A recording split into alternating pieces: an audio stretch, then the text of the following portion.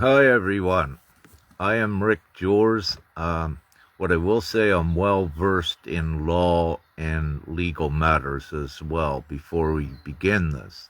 And I need to state that because I do know what I'm talking about.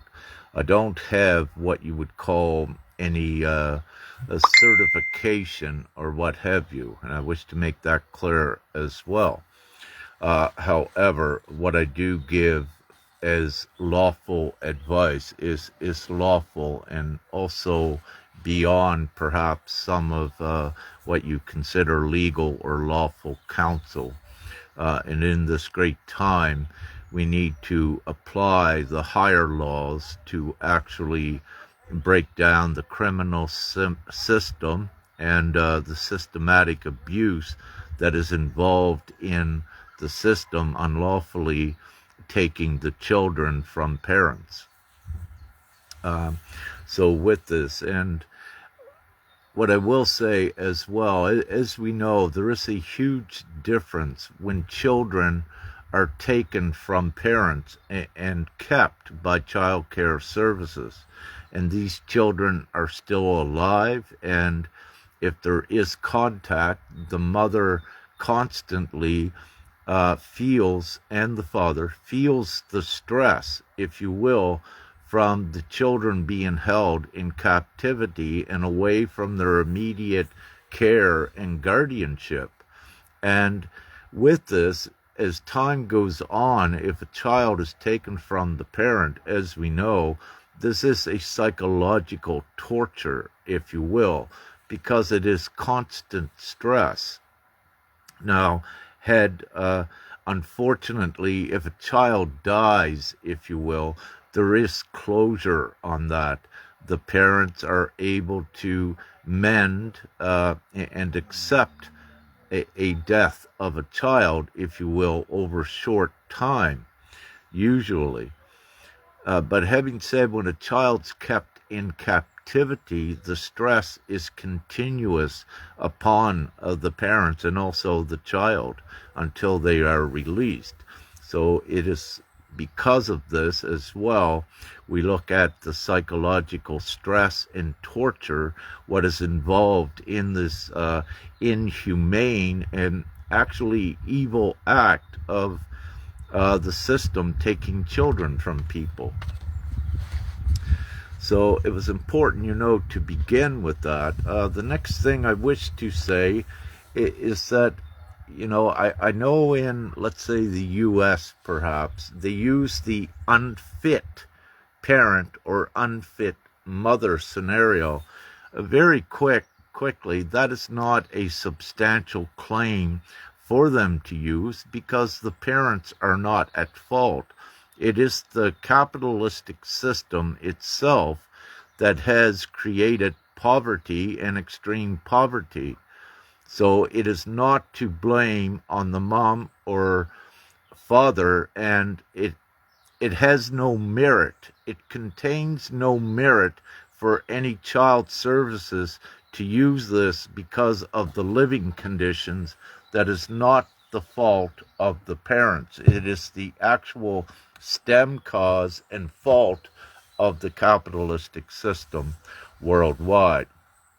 So just to assist you, if the family courts, if you will, or the child services try to pin this on you, make it very clear your financial situation is not your fault. It is the system that created that environment, so it cannot be used against you, and you can word it and take it further in your own ways. What I also wish to say, generally, with any law, if there is immunity within it or impunity, and of course, what I need to say, if there is bias within the laws, it is actually impartial and it is illegal as well and unlawful. There has to be a place of accountability for anything to be just. So this is one reason why I say that the courts, the judges, any of those, there needs to be accountability with their decisions. And so with that, so without any accountability, a system is null and void, really. It doesn't serve justice and the law. Now, I'm going through this quickly. Next thing I wish to look at, I got a lengthy list here, but I'll go through it as quick as I can. That done. Perfect. Well, let's begin with a procedure now. So, where we will begin with this, any of you that are moms or dads and had your child taken unlawfully, of course against your consent and against the children's consent, the first thing to begin to do is to gather a statement of facts. And these facts need to be incontestable facts that support that a crime was committed when they took your children, or the procedure that they used to manipulate you to take your children. So what you wish to do is comprise a list of facts. And typically facts are documented information that you have that clearly shows a law broken or a violation. But also, as you begin your procedure in gathering your evidence, it is always a great idea to have, if you can, 2 witnesses. If you have any consultations with any in child care services, to have 2 witnesses. A recording is great as well, because what you wish to do with all of your evidence, and shall any of it be incriminating with your interaction with child care services, you wish to have it incontestable that 2 witnesses, or 1, but preferably 2, can also testify in your favor.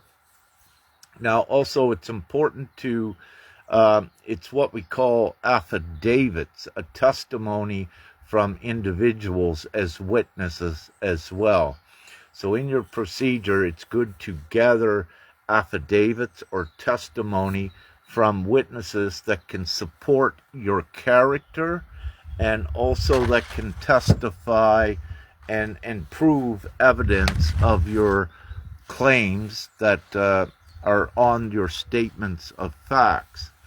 So your statements of facts, you wish to keep them as incontestable evidence, incontestable facts that are truths that cannot be denied, and they cannot be contested. They cannot be contested, questioned in court. That when they are absolute facts, if you will, there really does not need to be any court, because there is nothing to decide when these are absolute facts. What occurs is sentencing by the ones that created these crimes against you. So there does not need to be a court. I need to make this very clear, dependent upon the incontestable evidence that each may have. Now, as we know, the system is corrupted, most all of the system, to every degree. So it's important also to keep in mind that everything you do, go public with it, for the simple reasons that the public, the people, are also your support with any injustices, but also to gather the public sentiment so that these crimes, that they stop. And by going and gathering in groups, as we're doing, or one unified group worldwide, by doing this, you're making it a powerful voice of the people to stop these unlawful takings of the children by child services. So when you do this worldwide, multinational, You create a huge one voice, but it's huge that the system cannot go against. And what I will say, within any country, if we take like Austria, where individuals' rights and laws are being broken, what we're seeing by ones involved in the child care services, when you see this, the onus is on the people as the last resort to establish justice. So if a legal system, if you will, becomes unjust in what it's doing, it becomes the moral obligation of all of the citizens to take action. So when a legal system becomes corrupt and produces enough suppression and unjust actions, it begins to deteriorate, but at the same time, the people need to, are obligated to their moral duty to recognize that the system is actually harming, and the people have to come in power. So with any tyrannical legal system in any country, it is the moral obligation of the people to come together to act, because this is unlawful. So it's important to know this as well. So just going back, what you wish to do is, your first step is think and gather all of the incontestable facts that you may have, and you create a statement of facts.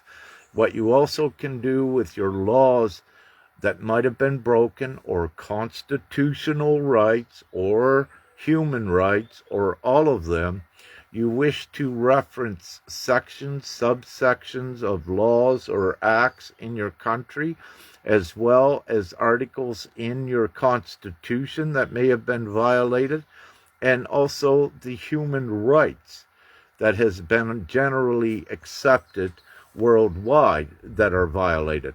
And you need to list at least the articles, so that they can reference the numbers of the sections and subsections. So this is a great way. So we are at, so far, you want to compile a statement of facts, and you want those incontestable facts, meaning that where laws were broken, then you want to assign to each one of those the section, the subsection that was contravened by the individual, and the articles that may be in a constitution. So with that, you begin to do this. You compile your statement of facts. Now, as you begin, one of your next things to do is to email the state or the country, or better, to serve perhaps in person, any contract that the state or the child care services may have that shows ownership of the children. So what you want to see, if they can produce any ownership contracts of the children, which they cannot. But you want to make a record of this, where you ask them, and you give them a time frame, let's say 72 hours or so, to reply. Now, it's a good idea with your emails, when you send them, to have an option on your emails to know if they were actually read. It's a better practice and idea to have the letter requesting, if there's any ownership, to have it hand delivered, and have two witnesses with you that can testify that it was given to someone and they received it as well. And that is incontestable evidence, to the degree that they had received your request asking the institution or the government, all right, do you have any ownership contract produce it for my children. And again, they cannot, but it's important to go through this step, because what you are doing is actually showing that they have no custody. So this is a very important step to do first. Ask them to show you where they have custody. And what I'll say with this, the mother is the immediate next of kin. And that's important as well for ones to know where the immediate guardianship and custodianship lays. It lays with the mother and, of course, the father.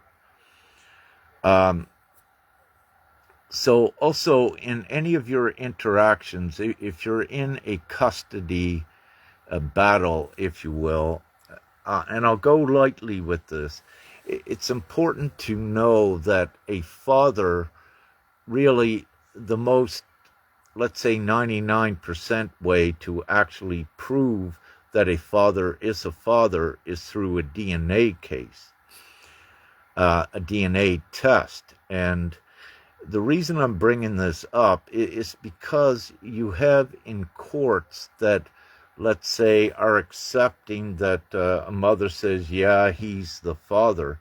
But that is really an assumption and a hearsay, because sometimes miracles occur, if you will. But also, it's important to know that a court cannot lawfully proceed unless they prove that that father is actually the children's. So if the court just proceeds on hearsay from perhaps the mom and the dad, yeah, I'm the father, that is only hearsay because it's not proven. So what this does is that really a court cannot represent a father and also a mother, but it's much more difficult. So it needs to be the proof of at least DNA. Now here's where we enter another important subject. Everyone has their own right to what is taken from their body, including DNA. So everyone has the right to refuse a DNA test, and it cannot be imposed upon them, but also it cannot be imposed upon the children. And that's very important, unless the child's consent and the mother's and father's, if you will, consent is there for DNA to be taken. So what this does with an actual court, a court cannot proceed on hearsay, if you will. So it's important to know that. Now, the next thing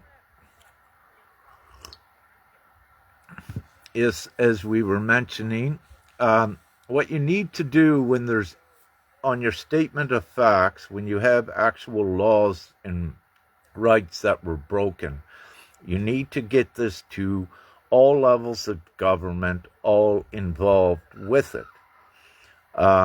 Also, what you need is, I have this wrote down here, just consulting. Also, at this point, when you have illegal, when you have things that were done illegally, when you have it listed there, your next step is to inform the police to begin an investigation. And you have your statement of facts, you give it to them, you say these crimes were broken. It is the moral, it is the obligation of the police to begin an investigation as well into the parties. So they cannot refuse this by law, because you've shown laws have been broken. So the police have to act on your behalf, or at least begin an investigation. And keep records of everything you do, meaning that if the police say no, you've already got it documented where you have alerted the police of illegal acts and they did not act. And what this does as well, it begins to incriminate the police. So what you're actually doing is putting the onus on all of the departments. If they fail to act once they've been given notice that they were acting unlawfully, then it establishes intent, that they intend to act unlawfully, and this itself is criminal, as we know. So then what you begin to do is you begin to tie the hands up of, if you will, of the system that's against you. So also importantly, what you want in your list, in doing your research of incontestable facts, what you also wish to look for is the codes of conduct, the oaths that the police have given when they began their civil duty, or the code of conduct that the child care worker works on. You want a list of their code of conduct, and you want to see what was violated in your case as well, because you are going to begin to show how they actually broke their oath. And when they break their oath, they're unable to remain into the job depending on how serious it is. So it's important to do that. And I'm keeping this as simple and short as possible.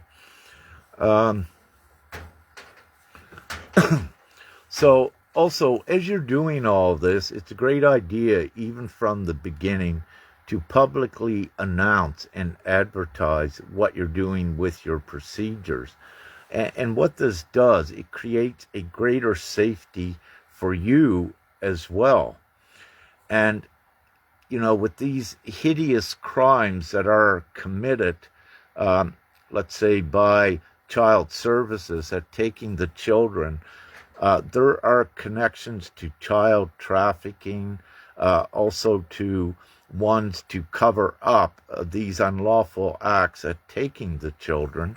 So what you wish to do is immediately upon embarking upon your procedure, put it all in public. This way, what it does is they would think twice before attacking you. So the way that the dark system works is they like to single moms and parents out, because then they're easier to control, suppress, and manipulate. But by you going public, as we are doing, you begin to create a bigger group, bringing in journalists, reporters, forensic auditors, what have you, and also it's better to have the natural justice lawyers because they are kind of, if you can find them, they are actually above the system and able to tie the hands of the legal system much quicker. But by making a group, by being public and making a group, what you begin to do is put the public sentiment against the system as well, and it forces them to begin to act. So just to recap a bit of what I said in the beginning, what you do is when you send the letters to all of them that they are acting illegally, at that time you give them the opportunity to do the right thing. So again, if they do not apply remedy, which you gave them a remedy, which is the opportunity to correct everything immediately, and again, if they do not, in part of your lawful procedure, at least you gave them that impartial opportunity to do the right thing. And again, if they don't, then what it does, it establishes and proves intent to harm, intent to fraud, or what have you. So again, it's important with your court, if you had any previous court sittings, to get copies of your court transcripts. Now, in some areas, there is a transcript that is taken at the time of court, which is an original transcript. Then sometimes after court, the judge will take it in and edit it. What you want is both scripts. You ask for both transcripts or recordings. For the reason why, if you have a dirty judge, if you will, you want to prove that this judge is illegal by comparing the two transcripts as well. And also there's other information that's included in this transcript that once you review it later, you may find some more questionable or illegal things that have occurred. And also what you wish to look for is any perjury, which is lying, if you will, in a court of law that is usually begun under an oath. So it's important to know that. So as you proceed forward with your initial requests, what you say is the children must be returned to I immediately because you are acting illegally. So you always include that in there.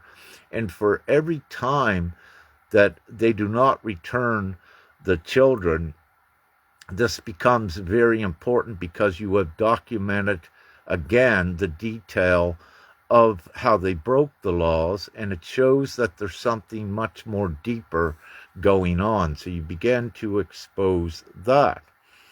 But also, again, in each time where you say you must return the children immediately, that is also part of the remedy of the situation.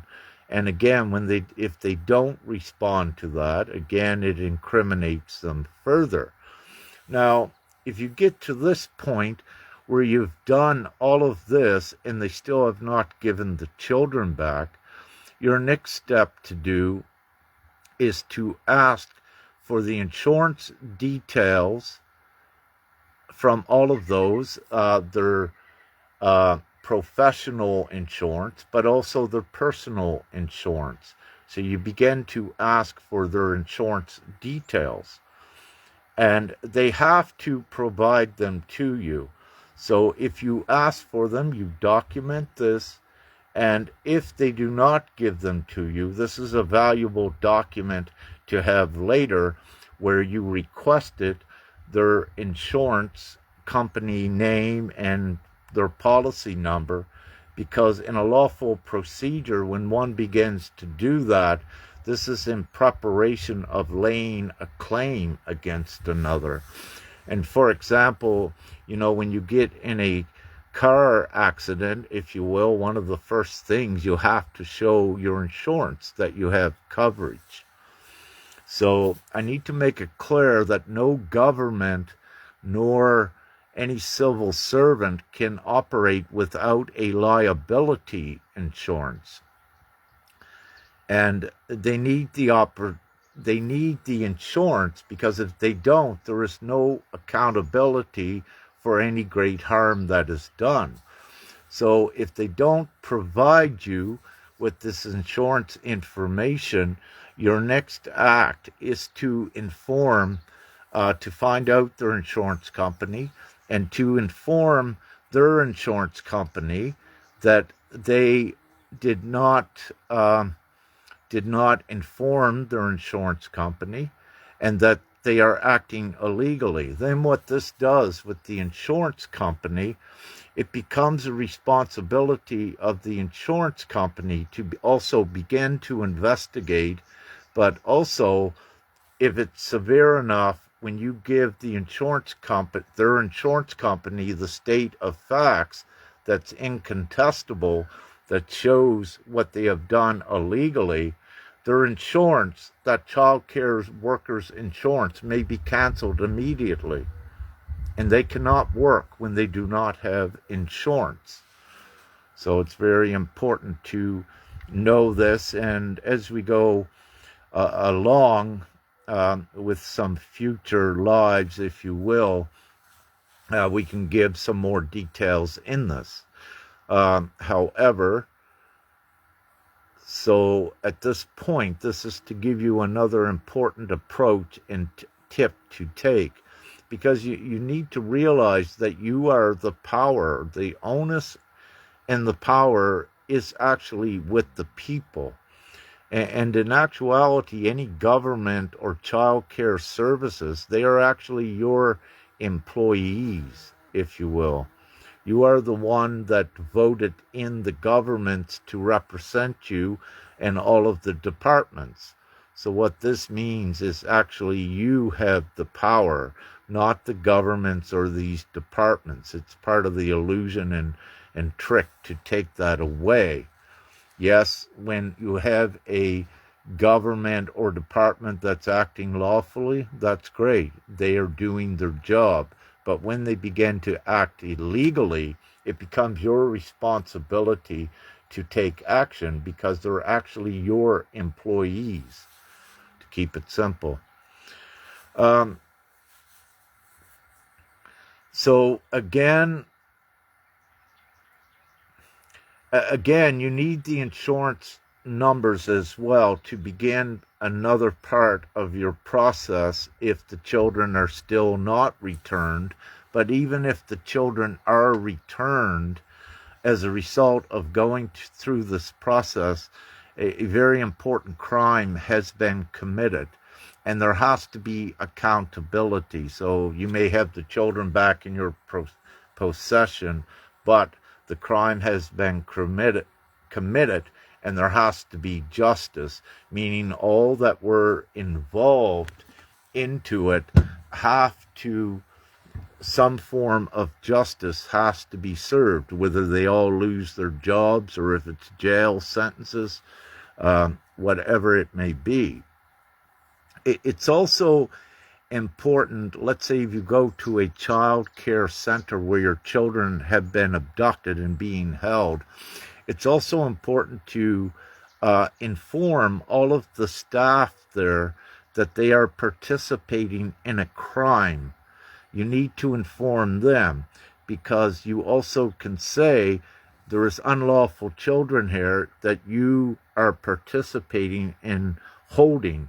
So you put the personal obligation upon each one of the staff, if you will, at knowing, now that they know the children have been taken unlawfully, and if the staff workers continue to work there at the place, what they're actually doing is they become an accomplice to the crime, and they're able to be sued, and they become incriminated as well, because they had the option to do the lawful thing, but where they chose to stay working for that criminal employer that's holding the children unlawfully, they all become accomplices to a crime once they are informed. And it's with any level of any department, the same as the child care services department themselves. Once they're informed that they're participating in the crime, it becomes their choice whether to leave the job or to continue. But again, when they continue, then they are intentionally acting unlawfully, which incriminates them, with justice coming served later. Again, for any legal system to be just, there has to be accountability. And if that is not provided, then it nullifies and voids and renders that total legal system as non-effective, non-enforceable, and not lawful. So it creates a huge problem for that entire system. So again, you provide the opportunity of remedy. If they don't give the children back to you, then they are proceeding with intent, which by doing proceeding with intent to do harm and to continue with the crime, it also proves fraud and all of this. So you have pretty well a good case that is, well, actually you have the best case when you take these procedures and do it. So it forces the system to actually release the children. So again, just keeping this as simple and as straightforward as now as I can. This is a most important procedure to begin in the order as I said it in this. Take your time when you listen to it and begin to do this procedure. And what I share with the group Sister Nya and I have just opened, it's to bring all moms and dads in there that had their children taken by the system to begin to support this. And our intentions are to bring worldwide journalists in, because not only did this happening in the US, Austria, it happens all around the world. And it's now time to end this completely. And the onus is on the people to do it. So when you have a tyrannical government, what happens is it is the moral obligation of the people to stop these things. And none of these things, as I'm saying right now, would be possible if we were not in the great times, what is occurring, the great emancipation of unlimited freedom and wealth for the people, which is coming. And this is with GPMS.WORLD, which is the new replacement monetary and law system for the world. And GPMS is so important once we have it fully ratified, for the simple reason what it does, it takes out of play the incentive, the monetary incentive that it's involved in these child care services and child trafficking, where the capitalistic system has made it a very lucrative, profitable business. They incentivize it, and it's even systematically incentivized to the degree in Austria, when a child is taken into child care services, that child care services for every day gets somewhere between $117 to several $100 a day for that one child. Now, these are things that are on record, but also you know about corruption, that is there also under the table money that can occur as well. But with GPMS.WORLD, with the new laws and the new system, there is no incentive for personal gain, because everyone has enough. And where everyone has enough, there is no reason to take children or engage in taking children for profit as well. So the incentivization of this huge business worldwide with the abuse of children is gone. Now, you would say you have evil ones, but they are also cannot exist in a joyous world without giving more of the metaphysical and physics reasons why that doesn't occur. But to keep it simple for you, we take away the incentivization, the monetary incentivization as well. So it's important for all of you, if you're watching this for the first time, you do not know about divine GPMS.WORLD yet. Our website's currently down for a few days intentionally, but when we have it back up, it's important that every man, woman, and child goes there and adds your vote, your consent, your accord to add it to the ratification process, which is currently happening worldwide. At this time, I believe we have perhaps 330,000 children, women, and men that have consented. So we're ratifying the full agreement. Once we get to the majority, which is typically around 4.1 billion worldwide, you have your full replacement system of your own money. You can look on there, your own money, your own freedom, and it's a whole new system that poverty is eradicated instantly, because every child, woman, and man has their own money, and it's the entirely different civilized system that takes humanity out of the savage system.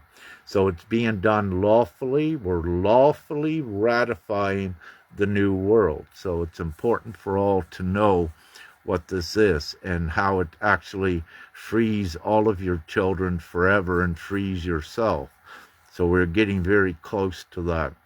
And this is part of breaking down the system, but also revealing the system for whatever justice. We don't deal with the justice because that happens organically. What we deal with is freeing the children, freeing all of humanity, all of the good souls with this, and placing everyone in an immediate place of comfort upon the full ratification, implementation of the new system.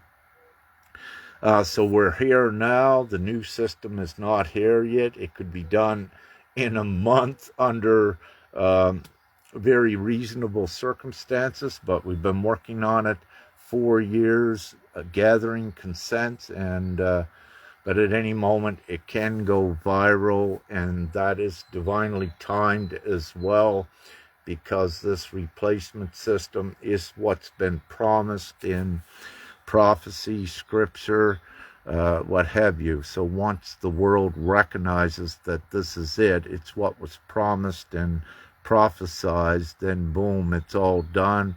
Everyone is free and abundant. Without going further into that. So this is number one, with just giving you some lawful tips. There are other lawful tips to give you to temporarily survive in the system lawfully as well. But I'll talk about those tips in perhaps the next live about this topic. And also,